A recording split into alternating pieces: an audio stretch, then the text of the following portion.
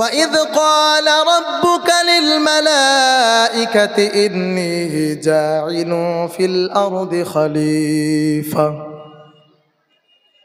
আল্লাহ তাবারক তাআলা ফেরেশতাদেরকে বলতেছেন, ও ফেরেশতারা, আমি দুনিয়ার মধ্যে খলিফা পাঠাইতে চাই, আমি দুনিয়ার মধ্যে খলিফা পাঠাইতে চাই, দুনিয়ার মধ্যে আমি মানুষ পাঠাইতে চাই। ফেরেশতারা বলছিলেন, ও আল্লাহ, তুমি দুনিয়ার মধ্যে কেন মানুষ পাঠাইবা? তোমার জন্য তো লক্ষ লক্ষ হাজার হাজার লক্ষ লক্ষ ফেরেশতা আছে, তোমার ইবাদতের মধ্যে লিপ্ত হয়ে আছে, সব সময় তোমার ইবাদতের মধ্যে লিপ্ত হয়ে আছে, তোমার ইবাদত করতে আছে। তুমি তো নির্ধারিত করে দিয়েছ তোমার ইবাদত করার জন্য লক্ষ লক্ষ ফেরেশতা তোমার ইবাদত করতেছে, তোমার তো কোনো বস্তুর কমতি নাই, ইবাদতের কমতি নাই, কেন তুমি দুনিয়ার মধ্যে মানুষ পাঠাইবা? দুনিয়ার মধ্যে মানুষ পাঠাইলে শুধু ঝগড়া বিবাদ, একে অপরের সঙ্গে মারামারি করবে, রক্তাক্ত করবে।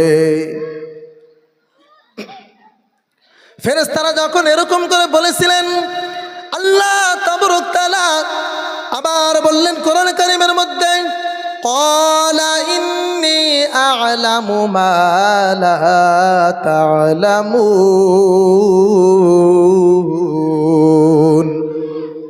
আল্লাহ তাবারক তাআলা ফেরেশতাদেরকে বলতেছেন, আমি আল্লাহ যা জানি তোমরা জানো না, আমি আল্লাহ যা জানি তোমরা জানো না, এরকম করে ফেরেশতাদেরকে বলতেছেন আল্লাহ তাবারক তাআলা। যখন আল্লাহ তাবারক তাআলা হযরত আদম আলাইহিস সালামকে বানাইলেন, যখন আদম আলাইহিস সালামকে বানাইলেন, বানার পরে সমস্ত বস্তুর নাম আদম আলাইহিস সালামকে শিখা দিয়েছিলেন। রে যুবক, আদম আলাইহিস সালামকে সমস্ত বস্তুর নাম শিখায় দিলেন। আল্লাহ তাবারক তাআলা ওই ফেরেশতাদেরকে বলতেছেন, ও ফেরেশতারা শোনো, একটা কথা শোনো, সমস্ত বস্তুর নাম বলে দাও আমার।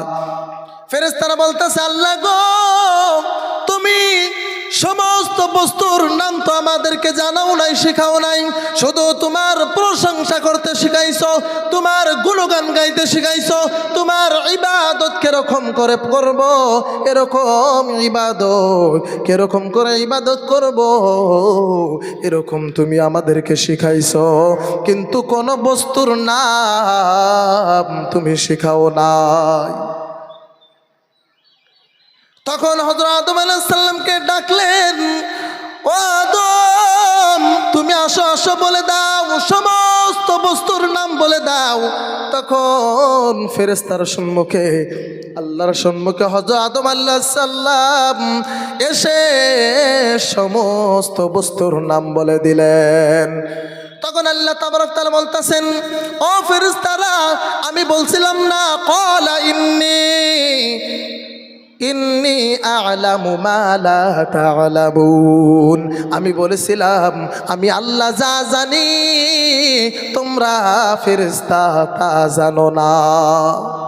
আমি আল্লাহ যা জানি তোমরা ফেরেশতা তা জানো না, এরকম বলেছিলাম। আল্লাহ তাবারক তাআলা ফেরেশতাদেরকে বলতেছেন, এরকম করে বলতেছেন, আমি বলেছিলাম আমি আল্লাহ যা জানি তোমরা ফেরেশতা তা জানো না। আমার ভাইরা, আমার বন্ধুরা, তখন আল্লাহ তাবারক তাআলা সমস্ত ফেরেশতাদেরকে বলল, ও ফেরেশতারা, তোমরা হযরত আদম আলাইহিস সালামকে সিজদা করো। হযরত আদম আলাইহিস সালামকে সিজদা করতে বললেন, সমস্ত ফেরেশতা সিজদায় চলে গেলেন, সেবাই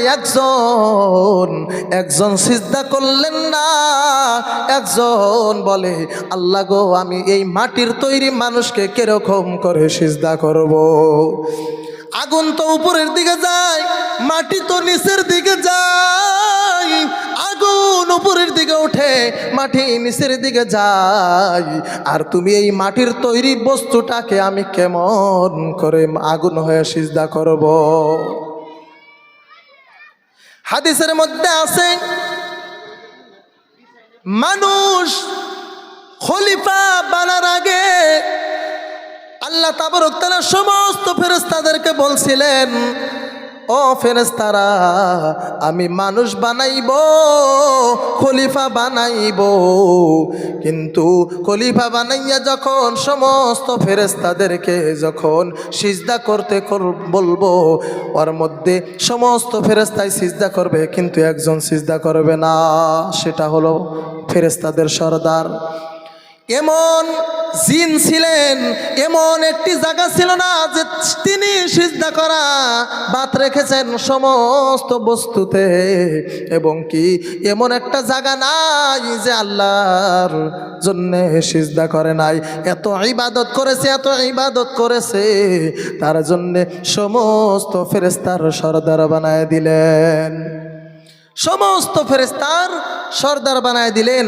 আর সমস্ত ফেরেশতার সম্মুখে আল্লাহ তাবারক তাআলা এরকম করে বলছিলেন যে আমি খলিফা বানামু, যখন সিজদা করতে করমু একজন আমার নাফরমানি করবে, একজন আমার নাফরমানি করবে, এরকম বলেছিলেন। তখন ওই সরদার বললেন, ফেরেশতাদের সরদার বললেন, আল্লাহ তুমি বলে দাও, বলে দাও তোমার নাফরমানি কে করবে, কে তোমার নাফরমানি করবে, তাকে আমি এখানেতে শেষ করে দেব। আল্লাহ তাবারক তাআলা বললেন, তুমি শান্ত হও, তুমি শান্ত হও, সময় আসলে তুমি দেখতে পারবা, সময় আসলে সবই দেখতে পারবা। আল্লাহ তাবারক তাআলা বলছিলেন, ওই দিকে আকাশের মধ্যে দূরা দেখা যায়, যে আমার নাফরমানি করবে ওই দূরাটে এসে গলার মধ্যে পেঁচে ধরবে, পেঁচে ধরার সঙ্গে সঙ্গে সে শয়তান পরিণত হয়ে যাবে। যখন আদম আলাইহিস সালামকে সিজদা করতে বললেন, তখন সিজদা সমস্ত ফেরেশতারা সিজদা করলেন, কিন্তু একজন ফেরেশতা সিজদা করলেন না। আল্লাহ তাবারক তাআলা বলতেছেন, আবার চান্স দিলেন। আল্লাহ তাবারক তাআলা বললেন, ও ফেরেশতারা, একটা ঘর বানাও, ঘরের মধ্যে ওই আদম আলাইহিস সালামকে রেখে দাও, তোমাকে একটা চান্স দিয়েছি, ওই ঘরের মধ্যে তুমি মাথাটা নিচু করে ঢুকবা, বের হয়ে আসবা, তোমার সিজদা আমি আল্লাহ কবুল করে নেব। এরকম বলার পরে ঘর যখন বানাইলেন, বানাইয়া হযরত আদম আলাইহিস সালামকে ওই ঘরের মধ্যে রেখে দেওয়া হলো। তখন আল্লাহ তাবারক তাআলা বলতেছে, যাও যাও, তুমি মাথা নিচু করে ওই ঘরের ভেতরে ঢুকে যাও। তিনি মাথা সর্বপ্রথম মাথা না দিয়ে তিনি পিছন দিকটা আগে ঢুকায়া দিলেন। অমনে ওই আকাশের দূরাটা এসে গলার মধ্যে পেছে সেই শয়তানে পরিণত হয়ে গেলেন। তখন আল্লাহ তাবারক তাআলা তাকে বলতেছে, তুমি শয়তান হয়ে গেছো, যাও যাও, তুমি দুনিয়ায় চলে যাও, তোমার এখানে আর জায়গা নাই। তখন ওই ফেরেশতা আল্লাহ তাবারক তাআলা সে শয়তানে তো পরিণত হয়ে গেলেন। তখন আল্লাহ তাবারক তাআলাকে বলতেছেন, আল্লাহ সমস্ত ফেরেশতার থেকে তো বেশি ইবাদত আমি করেছি, এমন একটা জায়গা বাদ রাখি নাই যে তোমার জন্য আমি সিজদা করি নাই। সমস্ত জায়গার মধ্যে আমি সিজদা করেছি, তার কি বিনিময় তুমি দিবা না? আল্লাহ তাবারক তাআলা বলতেছে, তুমি কি চাও বলো, বলো কি চাও বলো, আমি তোমাকে সব চাওয়া পূরণ করে দেব। বলতেছে, আল্লাহ তুমি আমারে এরকম বানাইয়া দাও, এরকম বানাইয়া দাও, দুনিয়ার মধ্যে যখন আমি যাব, এই প্রান্তের থেকে ওই প্রান্তে যাওয়ার জানে আধা সেকেন্ডও না লাগে। তুমি আমারে এরকম বানাইয়া দাও যে দুনিয়ার এই প্রান্তের থেকে ওই প্রান্তে যাইতে যান আধা সেকেন্ডও যেন না লাগে। আমার ভাইরা, আমার বন্ধুরা, এরকম বলার পরে আল্লাহ তাবারক তাআলা তাকে সেটা দিয়ে দিয়েছেন। ঠিক আছে, তোমার আবদার আমি পূরণ করে দিলাম। তখন আল্লাহ তাবারক তাআলার কাছে আবার বলতেছে, আল্লাহ গো তুমি আরেকটা চাওয়া আমাকে পূরণ করে দাও। বলে কি পূরণ করতে হবে বল। তখন আবার বললেন, আল্লাহ গো আমি যে দুই ভাইয়ের মধ্যে যে ঝগড়া বাজাইব, আমি বাপ বেটার মধ্যে যে ঝগড়া বাজাইব, স্ত্রী স্বামীর মধ্যে যে ঝগড়া বাজাইব, মানুষের মধ্যে মানুষের যে ঝগড়া বাজাইব, যখন আমি ঝগড়া বাজাই আসতেছি ঝগড়া বাজায় যখন আমি চলে যাব, মানুষে দেখলে তো বলে যে ওই শয়তানে ঝগড়া বাজায় থেকে গেল, ধর ধর পিট পিট এরকম বলবে। যখন আমি বায়ে বায়ে এক মায়ের পেটের ভাইয়ের সঙ্গে নিজা ভাইয়ের সঙ্গে যখন ঝগড়া বাজায় দিব, বাপ মায়ের সঙ্গে যেমন ঝগড়া বাজায় দিব, স্বামী স্ত্রীর মধ্যে যেমন ঝগড়া বাজায় দেবো, একে অপরের সঙ্গে ঝগড়া বাজায় দিব, বাজায় দিয়ে আমি আমু দেখলে হাতে তো আমার পিটাবো মানুষ। এরকম আল্লাহ তাবারক তাআলার কাছে বলতেছেন যে আমারে এরকম করে দাও, আমারে গায়েব করে দাও, কেউ যেন আমার দেখতে না পারে। আমি যেন সবারে উংলি দিতে পারি, কিন্তু কেউ যেন আমার দেখতে না পারে। আমার ভাইরা আমার বন্ধুরা, আল্লাহ তাবারক তাআলার কাছে এই চাওয়াটা চাইলেন। আল্লাহ তাবারক তাআলা এই চাওয়াটা পূরণ করে দিলেন। আর একটা বস্তু চাইতেছেন, আল্লাহ গো তুমি আরেকটা বস্তু দাও, আরেকটা বস্তু দাও, সেটা হলো তোমার সিফত নামটা আমারে জানাইয়া দাও।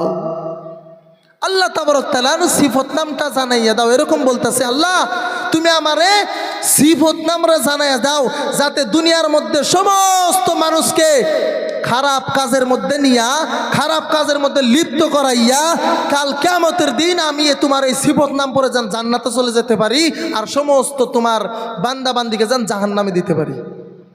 এরকম বললেন।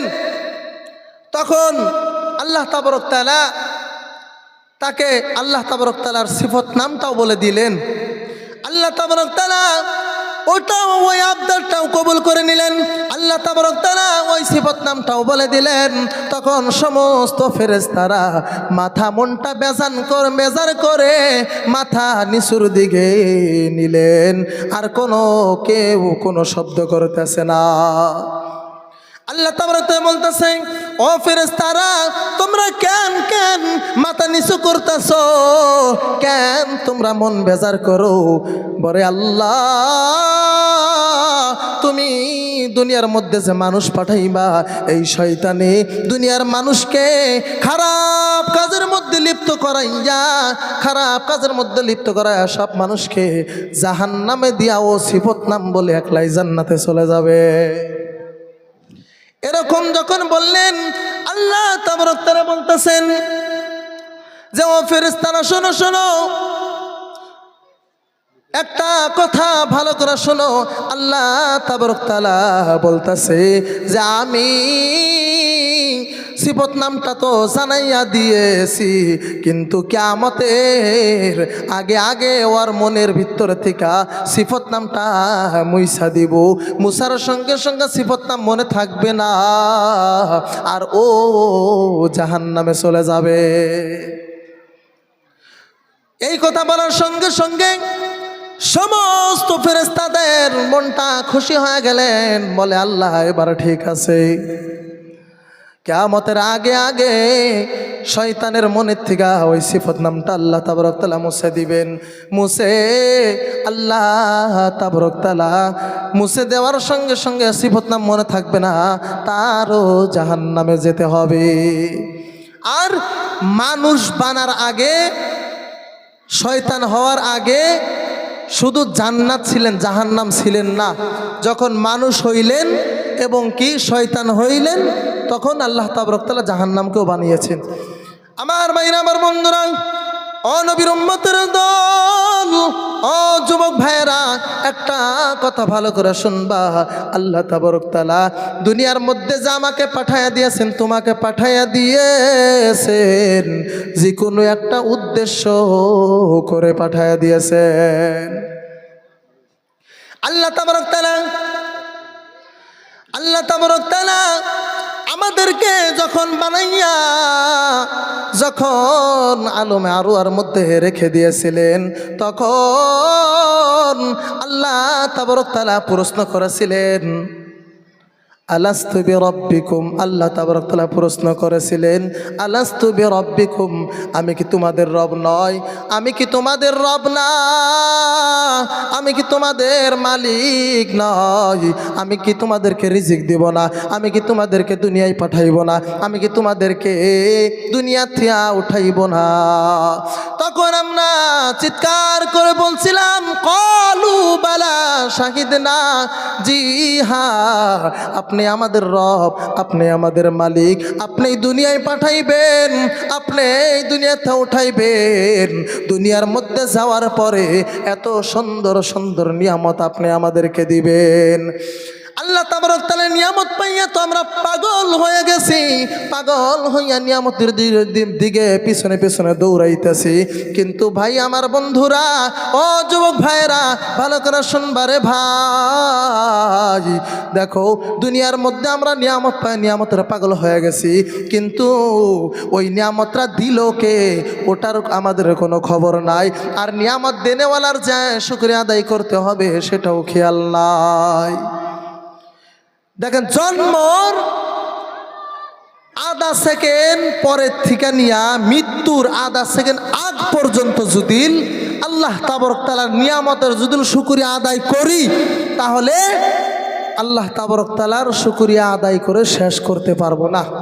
আল্লাহ তাবারক তাআলার নিয়ামতের শুকরিয়া আদায় করে শেষ করতে পারবো না। আর আমাদের তো কের 50 বছর হয়ে গেছে, কের 20 বছর হয়ে গেছে, কের 30 বছর হয়ে গেছে, কের 40 বছর হয়ে গেছে, 50, 60, 70, 80, 100 বছর হয়ে গেছে, এখন পর্যন্ত আমাদের মুখে আল্লাহ তাবারক তাআলার নিয়ামতের শুকরিয়া আদায় নাই। সমস্ত ভালো কাজের মধ্যে আল্লাহ তাবারক তাআলার শুকরিয়া আদায়টা আগে থাকা দরকার। আর আল্লাহ তাবারক তাআলা বলতেছে, হযরত মুহাম্মদ সাল্লাল্লাহু আলাইহি সাল্লাম বলেন যে কোনো বান্দা যদি, আমার কোনো উম্মত যদি আল্লাহ তাবারক তাআলার নিয়ামত পাইয়া যদি নিয়ামতের শুকরিয়া আদায় করে, তাহলে আমি আল্লাহ, স্বয়ং আল্লাহ তাকে নিয়ামত আরো বাড়াইয়া দেন। জোরে জোরে সুবহানাল্লাহ। আর যদি কোনো বান্দা যদি, আল্লাহ বলতেছেন, আর যদি কোনো বান্দা যদি আমার নিয়ামত পাইয়া যদি শুকরিয়া আদায় না করে, তাহলে তার জন্য নিয়ামতকে আমি ছিনিয়ে নেই এবং কি নিয়ামত কমায় দেই। নাউজুবিল্লাহ। তাহলে আমরা বেশি বেশি করে, যেরকম করে বেশি বেশি করে আল্লাহর নিয়ামত উপভোগ করতেছি, ওরকম করে বেশি বেশি করে আল্লাহর নিয়ামতের শুকরিয়া আদায় করবো ইনশাল্লাহ। আওয়াজ নাই একটারও, সকলে শুকরিয়া আদায় করবো ইনশাল্লাহ।